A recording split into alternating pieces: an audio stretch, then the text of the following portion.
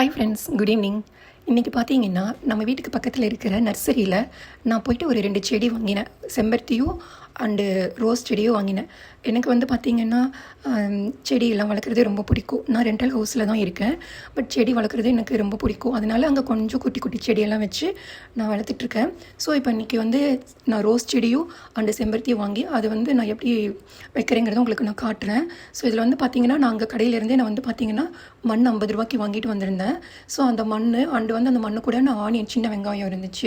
அதை வந்து கொஞ்சம் நல்லா தோலெல்லாம் ரிமூவ் பண்ணி அந்த தோலை எடுத்து அந்த மண்ணில் போட்டு நல்லா மிக்ஸ் பண்ணி அது ஒரு உரம் மாதிரி போட்டுட்டு செடியெல்லாம் நல்லா பேப்பர்லேருந்து கட் பண்ணி அதை நல்லா மண்ணுக்குள்ளே வச்சு ஸோ எல்லாம் அரேஞ்ச் பண்ணிவிட்டு அண்ட் அந்த கீழே இருந்த க்ரீன் மேட் எல்லாத்தையும் பார்த்திங்கன்னா ஃபுல்லும் மண்ணாக ஆயிடுச்சு. ஸோ அது வந்து கையில் தட்டினாலும் போகவே இல்லை.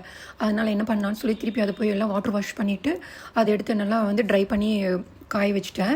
ஸோ அந்த நாளைக்கு வந்து பார்த்திங்கன்னா அது எல்லாமே கீழே நான் உங்களுக்கு எல்லாம் நீட் பண்ணி அதனால நான் விரிச்சிட்டு அந்த செடியெல்லாம் எப்படி அரேஞ்ச் பண்ணி வச்சுருக்கேங்கிறது உங்களுக்கு ஒரு வீடியோவை போடுறேன்.